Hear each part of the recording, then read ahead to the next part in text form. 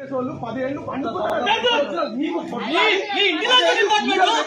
report ఇస్తారు నీకు కాంగ్రెస్ అభ్యర్థులు కొంతమంది పడతారు కనీసం వాళ్ళ మీకు లేకుంటే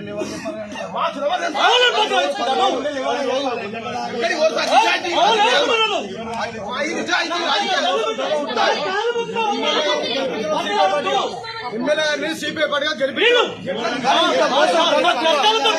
ఎమ్మెల్యే గారు సిపిఐ పార్టీలు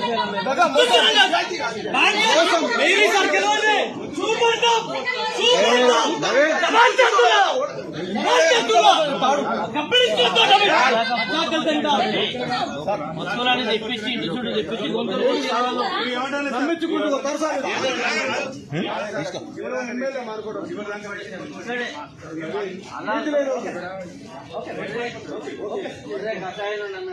నీతి లేని ఎమ్మెల్యే